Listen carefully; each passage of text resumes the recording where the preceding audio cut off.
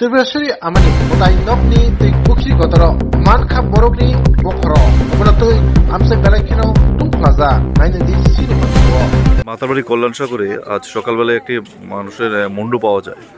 বিষয়টি কি মূলত? আমার কাছে ভোর ৫টা নাগাদ একটা ফোন যায় যে মাতার বাড়িতে দিঘিতে একটা মানুষের মাথার মতো লাগছে যে ভাসতে আছে। তখন আমি সঙ্গে সঙ্গে আরকেপুর পিএস এবং ওমেন পিএস দুটাতে ইনফর্ম করি। হ্যাঁ, সেখান থেকে এখন পিএস থেকে লোক এসেছে, এখন ওরা দেখবে এটা সত্যিকারে কি, প্রশাসনকে দায়িত্ব দিয়েছি, প্রশাসন বাকিটা দেখবে। কিছুক্ষণ আগে মাতারবাড়ি কল্যাণ সাগরের পার একটি মানুষের মাথা উদ্ধার হয়। মূলত বিষয়টি কি?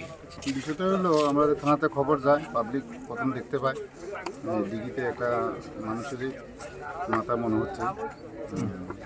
আমরা দেখছি, পুলিশ তদন্ত করছে, ফরেন্সিক টিম আসবে,